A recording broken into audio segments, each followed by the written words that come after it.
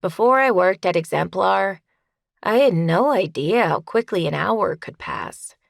If anything, time had gone too slowly my whole life. As a kid, I'd spent a lot of time willing myself to be older and more grown up. Like if that old movie Big was about a teen lesbian instead of Tom Hanks. Unfortunately, the years inched by without a magical instant adulthood.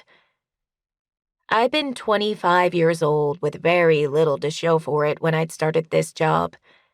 And now it felt like I just blinked a few times and I was 26. All of it was less magical than I'd hoped for. Today, in particular, was anything but magical. Unless there was a fairy tale I'd missed in which an extremely hungover girl toiled away, unseen and overlooked, with the previous night's mistakes pounding in her head in sync with the tequila, and then died alone. I checked the time on my Apple Watch. I guess I couldn't get away with saying that I was unseen and overlooked while wearing a birthday gift from my very generous boss. And tried not to curse. My watch glowed 8:52, but my full-focus planner laid out half a dozen tasks, written in my tidiest, least hungover penmanship. Still unchecked. Everyone said in job interviews for assistant positions that they excelled at multitasking and prioritizing, but the thing was that I truly excelled at multitasking and prioritizing.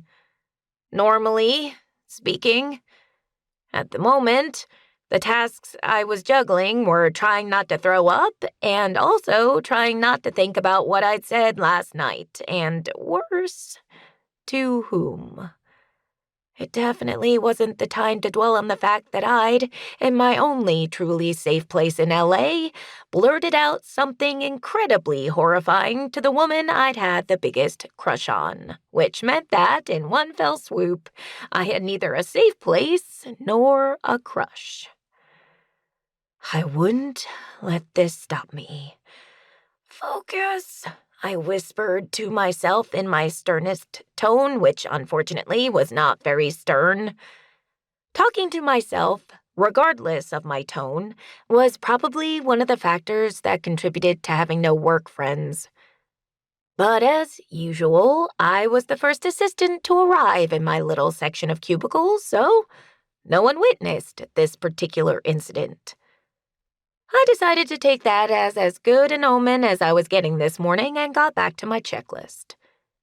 Assistants at Exemplar Talent Agency weren't actually expected to show up to work as early as I did, but I was determined not to stay an assistant forever.